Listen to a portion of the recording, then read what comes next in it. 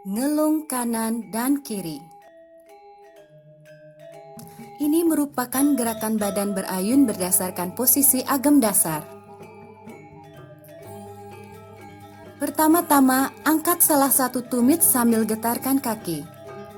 Pastikan lutut tetap ditekuk. Rentangkan satu tangan yang berlawanan dengan tumit kaki yang diangkat dan telapak tangan menghadap ke belakang. Kemudian satu tangan lagi ditekuk di siku dan telapak tangan menghadap ke depan.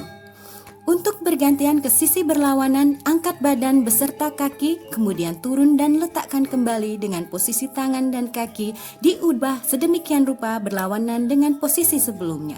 Condongkan badan ke arah di mana tangan direntangkan. Angkat badan, pindah, letakkan, angkat badan, pindah, letakkan. Begitu seterusnya diulang.